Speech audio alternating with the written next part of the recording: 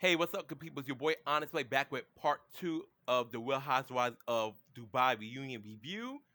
First and foremost, before I get started, I want to say thank you for all the support that was shown to my last review of the Real Housewives of Dubai reunion. That got a lot more views than I anticipated, so thank you, thank you, thank you. That means the world to me.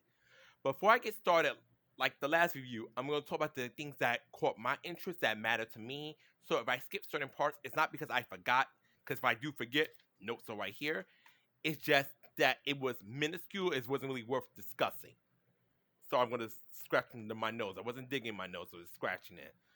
If I would just grab some hand sanitizer and then, obviously wash my hands. But I don't want to dig my nose on camera, even though I have done that before, especially when I was like streaming King of Fighters. But now let me get onto the topic. So the view starts part two. They continue off where they was talking about the whole situation between Talene, Wafi, and Brooks. And basically with Wafi getting involved in women's business. As my girl Nene Leaks would say, you need to stay out of women's business. But in that situation, like I said, according to some people like Stonberry, Wafi only got in. And even when I watched it, even I said that Wafi tried to de-escalate the situation. He wasn't being a man in woman's business. Because at the end of let's be real, Talene's his wife. No man worth their salt is gonna. I don't give a fuck. Cause same thing with me. Like I was heterosexual, and I think I said this before during that particular episode when I did that review. I'm a straight man and I'm married to a woman, if I see a woman arguing with my wife, I'm not gonna be like, well, that's between my wife and that other woman, so let them have it. I'm gonna be like, what's going on? Now, don't get me wrong, I'm not because it's 2-on-1. I don't want the other woman to feel uncomfortable, even though I think that's inevitable. But I'm like, I'm not gonna watch woman talking smack to my wife. I don't give a rat's ass. Even I know the girl, even I don't feel like it's gonna get physical. That's my wife. Watch it. So I get what Wafi getting involved. He was trying to de-escalate, and let's remember, Wafi did pull Talene away. Brooks fired up, pursued them, and that's when at that point the words kept getting exchanged, and that's when eventually Wafi got belligerent because at the end of the day he started feeling disrespected and he started cursing. Not saying what Wafi did was right because I want this to be like, oh, he was in the right to get curse out Brooks and all that. No, no, no, no, no. But in the situation that happened that led to it, I'm the kind of person. Let's not just talk about that particular thing. Let's talk about what led to that happening. So yes, we could hold Wafi accountable for being disrespectful with Brooks and eventually Lisa when Lisa got involved on Brooks' behalf. But let's not act like Wafi just started out of the blue being disrespectful. That's BS.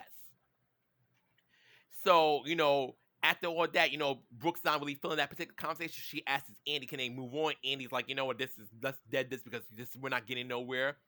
And I'm gonna give a shout out. Andy's gonna get criticism, and for the most part, I don't like when Andy's been hosting. I kind of honestly been getting tired of Andy Cohen being the host. I feel like he plays favorites. But honestly, in my opinion, he did a good job as being as unbiased as possible. He had his favoritism moments still, but it wasn't severe like I'd be seeing like in the Potomac reunions or the Beverly Hills reunions or the I'm gonna name another one, or the Real Housewives of Miami reunions. He did not feel biased. He didn't feel like extremely biased. Yeah, there was something like he kind of helped Stonberry here and there, but it wasn't like I didn't feel like Andy just took someone's side and ran with it. Like he didn't give a fuck about what the other housewives were saying. He only cared about what the ones that he actually liked were saying. So I gotta give props to that. At least in my opinion, it didn't feel that way. But so they move on. They talk about the body dress situation, and and the designer name is Sadiq. You say the wrong way, it sounds like suck dick, but the designer's name is Sadiq. It just feels weird when these girls go suck dick, especially Ayan. But I think it's Ayan's accent, and I get that because I too have an accent. That's why sometimes I try to speak slowly because when I speak too fast, and it's not good. Even to this day, I know I feel like when I speak like that, my mom's the only person who understands me because she know me since I was a little baby when she had me. But even then, my mom's like, Onyx is talking too fast. Slow down. So that's why I'm very conscious when I talk to make sure I'm conveying my words as clearly as humanly possible. But anyway, so they talked the body dress thing. The girls, at least like she didn't like how the girls were being disrespectful to the designer. And she just had wished the girls had just basically said, you didn't want to come to the dinner, that's fine. But you had to do all that with the dresses, which I agree. I'm on Lisa's side about that. Although I do have some things I want to talk about between Lisa and Ayan, but we'll get to that towards the end of this review. So they get through that part. So after they talk about the whole body dress stuff, they go on break. During break, the girls are talking to each other. Talene talks to Sarah about Brooks' behavior. Brooks and Lisa speak about Ayan, how Ayan's been acting funny, and Starberry and Ayan talk about how Lisa's been acting and stuff like that. And I'm gonna say this once again: sue me, don't give a fuck. I love this season. You know, Ayan was not my favorite this season. I loved her and Starberry's friendship this season. That was a 10 out of 10. It's one of my shining moments. Cause to me, it's not saying it's impossible and it has happened on Housewives, but it's so crazy knowing when I watched the first season how Ayan and Starberry could not stand one another. But these two women really sat down and said, you know what, girl, we need to nip this, but I don't want to be doing this and me and you got beef every season. Let's try to find some common ground. And I love the fact how they both did it. And Ayan and Starberry found common ground. It was magnificent. Magnificent. And I really like how those two formed a friendship. Now, some people may not like the way it happened because it came at the cost of Lisa and Ayan's friendship, which a lot of people will put the blame on Ayan, even though some things will be built during this reunion that makes it look like, Lisa, you definitely play a part of the friendship not being what it is now. So they talk backstage, and the girls, after they had the little stuff in backstage, the most interesting part when Brooks and Talene had spoke backstage. And like I said, I like Brooks. Brooks is chaotic as fuck. I like Brooks, but she's not always right. And sometimes with Brooks is one of those people, when you bring up her wrong, Brooks likes to deflect. Brooks don't want to take accountability. Brooks will point out where you fucked up. But the moment you try to hold Brooks accountable, Brooks like, it ain't that serious, let's just move on. Brooks, a part of accountability is talk about the things that led to the situation. I mean, like I said, it doesn't matter if I'm not the biggest Talene supporter. Talene was 100% right in that situation. For you guys to fix the issue, you have to talk about the things that led to it. But you're like, oh, I don't want to go back. We can go back. We're going to have problems again.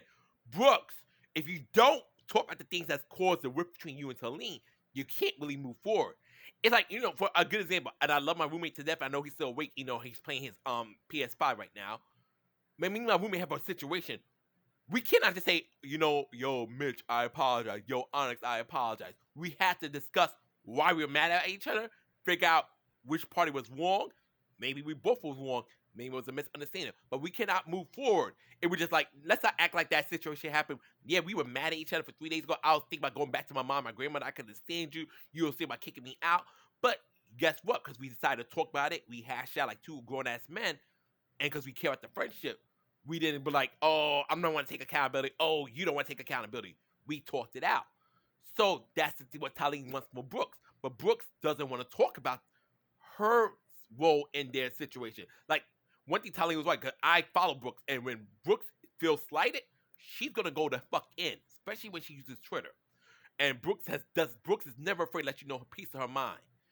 And thing is, like, Brooks even said in the reunion, when Brooks feels slighted, instead of her meeting the exact energy, let's say the person did like 20% of disrespect, because let's say the disrespect meter is from 0 to 100.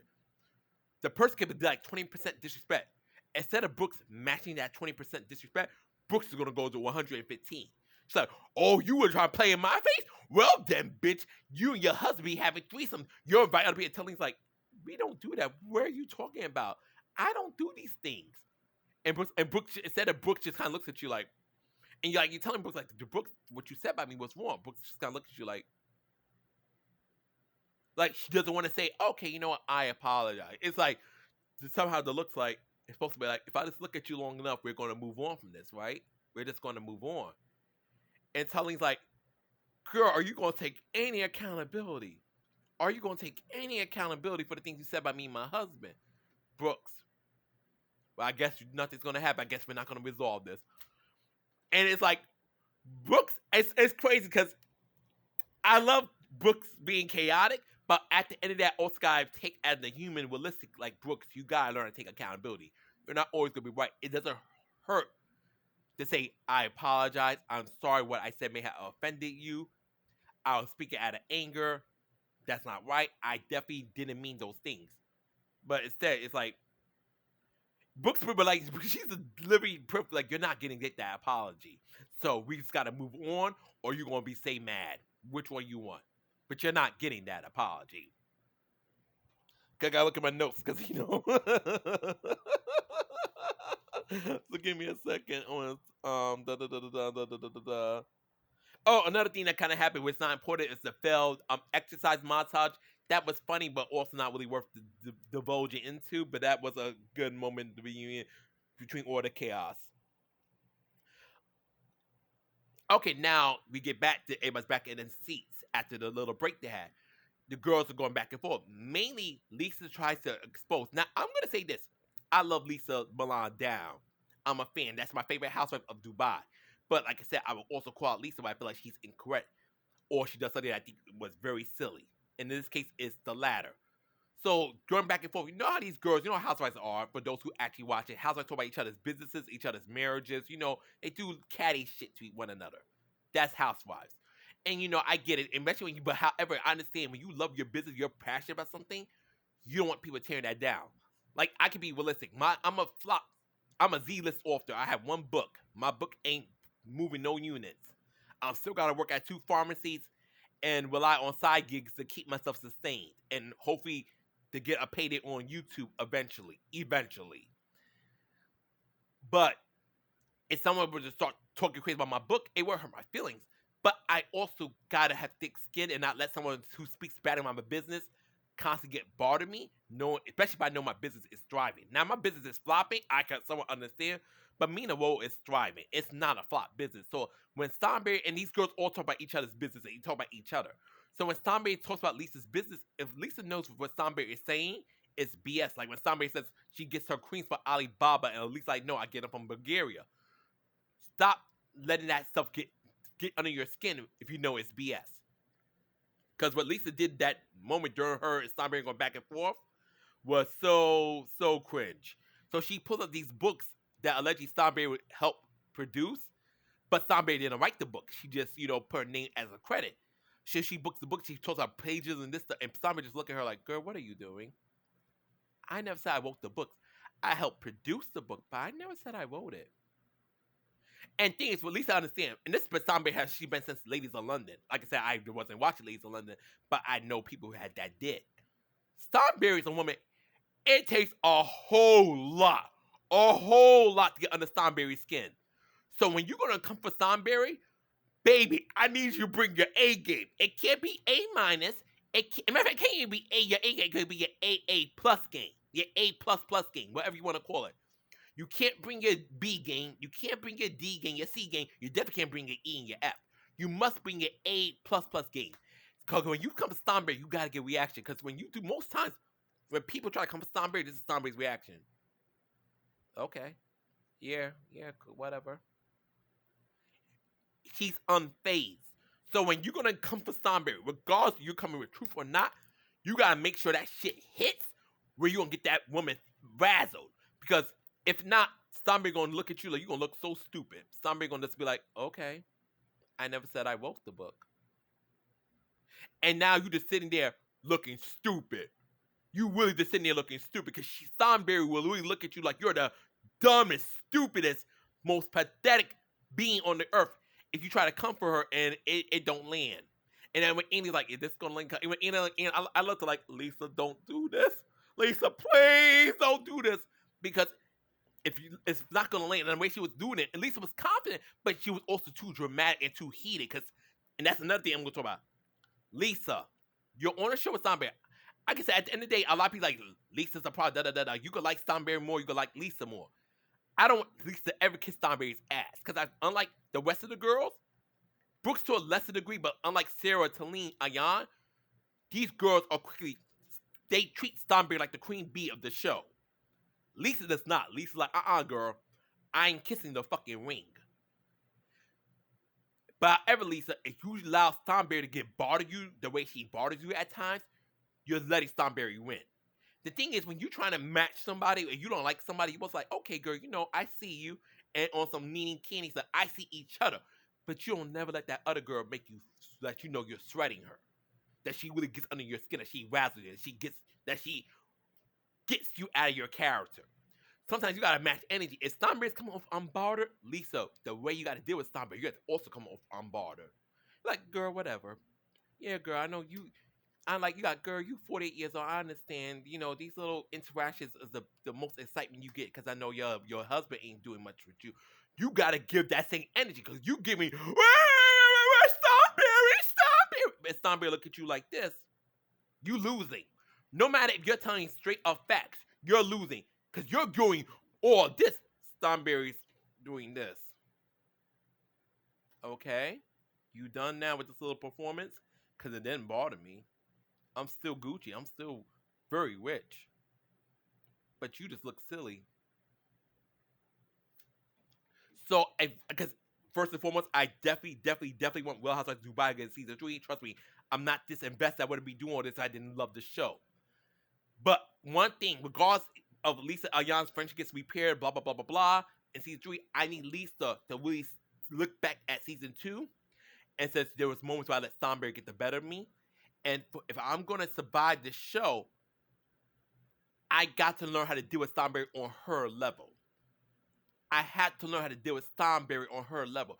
If Starberry is doing this and much, I had to meet her there or go less. I can't. Starberry cannot be here and my energy is going above. Because you're doing too much and that is going to make you look silly.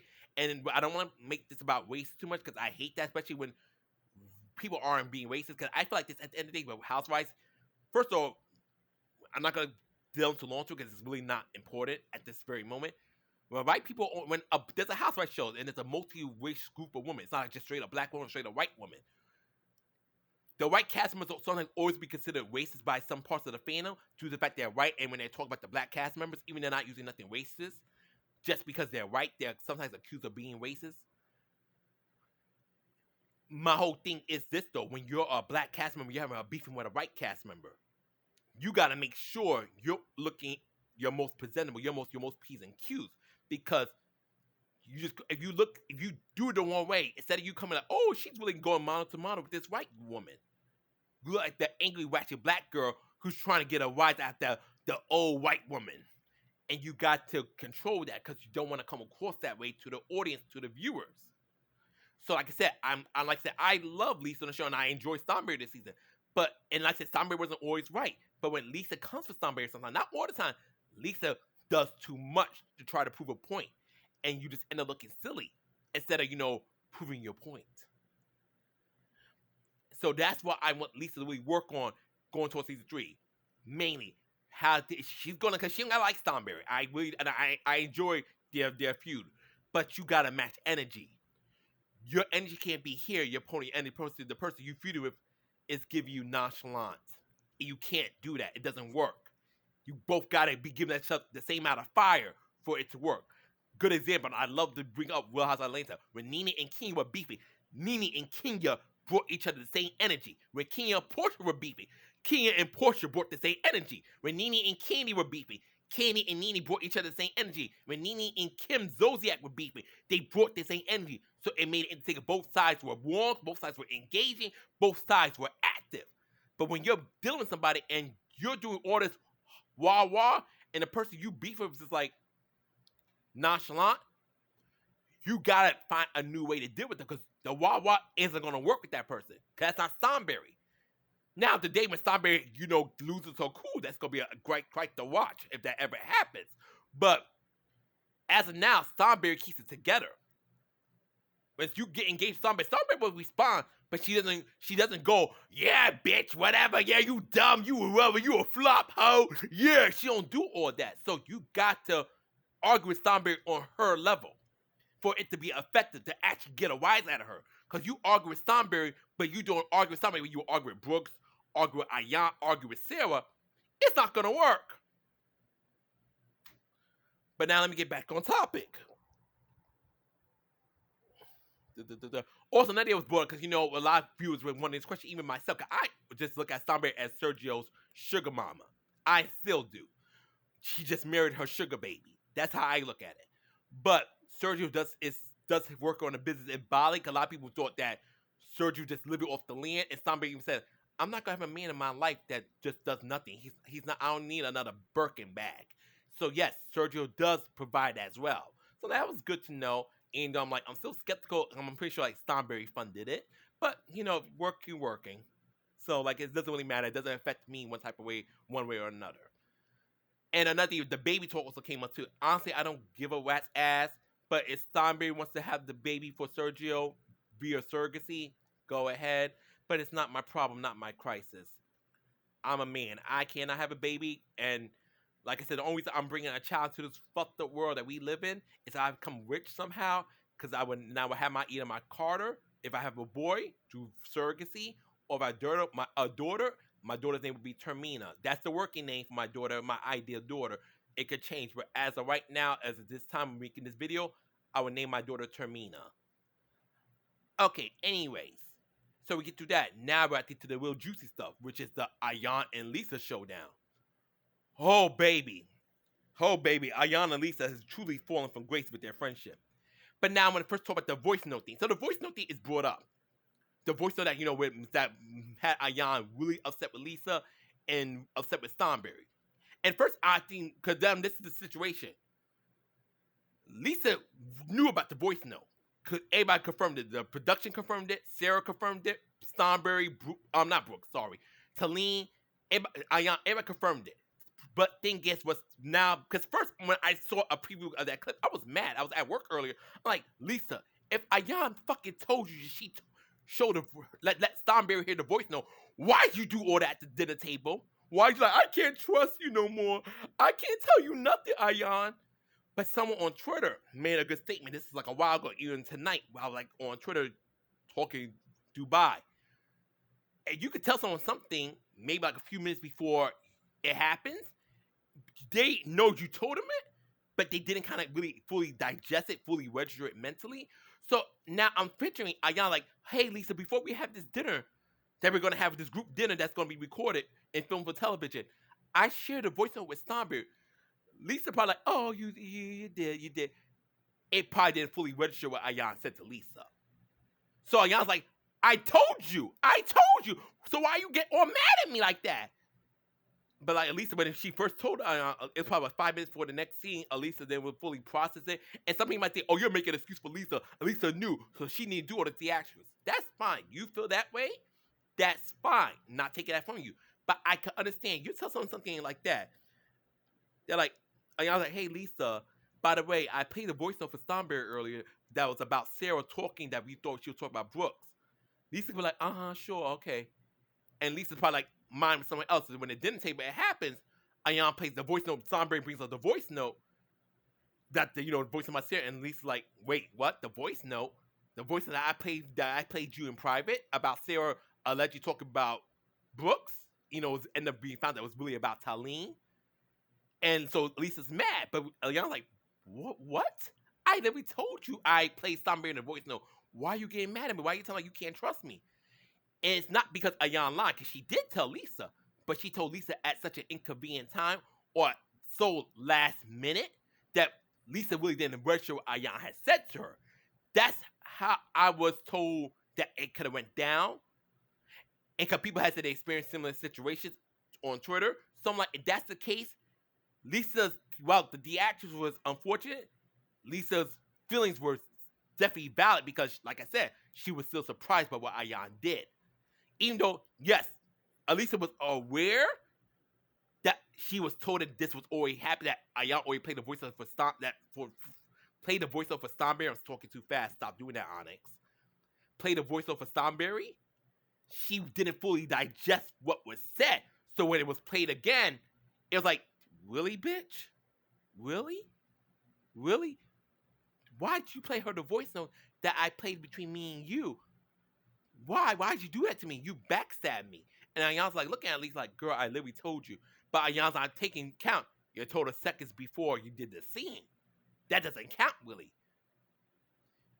That doesn't count. Now, how you told Lisa while you guys were on the plane, maybe while, maybe like you two had sat down privately, chit-chatted, and said, by the way, Lisa, I just want you to know, okay, it might come up. I played a voice note to Starberry. And you gave Lisa like ample time to digest it, like a good hour, good 2 hours. Then Lisa's theatrics would have been like, girl, you did all that for camera time for BS that was unnecessary. But if you told Lisa that 5-10 minutes before that scene took place, Lisa ain't had time to fully digest to her what you did and what you said to her. So when she's now around all the girls and it's kind of clicking in, she's like, wow, really, Ayan? Really, Ayan? So that situation goes to place, and then Lisa's feel like she's being gaslighted because Lisa's like, no, I swear you never told me that. And thing is, Ayan told her. That part we clarified. She was told, but it was told at such a lack of time to mentally digest what was said to her that when it happened again, Lisa gave a visceral reaction to the situation and thus being upset with Ayan, which was the beginning of the fracture in their friendship. However, watching the reunion, that was the only thing that kind of hurt their friendship. So I don't keep up with who Ayan follows, who follows Ayan. I follow Ayan on Instagram like I follow many of the Dubai housewives. Ayan follows Rihanna and vice versa. So Lisa knew that Ayan and Rihanna follow one another. So Lisa asked Ayan, this is when Rihanna was pregnant, I guess with baby number 2. Could be baby number 1 considering the time frame, but baby number 2. And Lisa said, hey, Ayan, let Rihanna know I would send her some free Mina Rose stuff, help with her business. Not only would Rihanna get free stuff, it would help Lisa's company, which caters to pregnant women.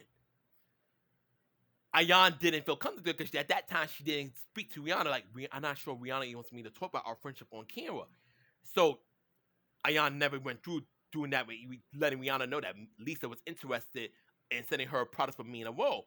So Lisa felt slighted about that. Because reason Ayan and Rihanna became friends in the first place because Rihanna was a fan of Ayan and Ayan obviously a fan of Rihanna. And of course Ayan was working her Ayan beauty company, and Rihanna has a successful Fenty beauty company. So Ayan mainly contact Rihanna for tips to how to run her business. And Rihanna like, girl, I'll help you anytime you need to have a question. I'll gladly give you my best advice. So that's another situation that arose. So now a lot of people like, Lisa, you're giving social climber. You try to use Ayan to get to Rihanna. That ain't cool look. You shouldn't do it to your friend.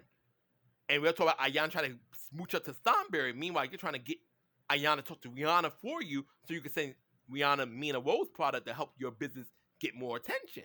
Which is not a bad thing, but it was poorly executed. So they're going back and forth. And then the main thing that happens is the whole dinner at the season finale. And also I forgot what I meant to say last week was the whole bragging thing. I totally forgot the word bragging. And I had it in my notes, just couldn't find it at the time. So that's what Ayan is like, Lisa, you did all that in front of my son Taj, and you embarrassed me. And Lisa like, girl, you're responsible for your own behavior in front of your child, which Lisa's actually right. And Lisa, my in-laws were there too, and I acted fool in front of my in-laws. We both showed our asses that night. And Lisa and Ayan, like, they're getting back and forth. They're upset with one another because they feel like both they're placing the blame on each other for the issues in their friendship, right? They're not as close as they were before season 2 began.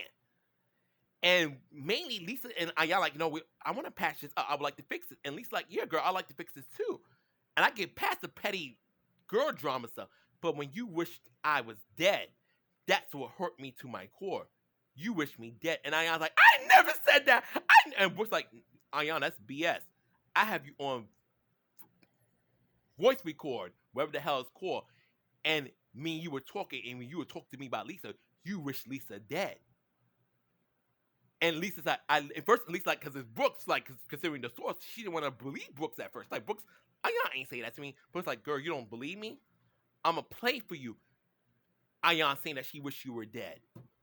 And when Lisa heard it herself, it hurt her heart. Like, she wished I was dead? It's that serious that Ayan wished I was dead?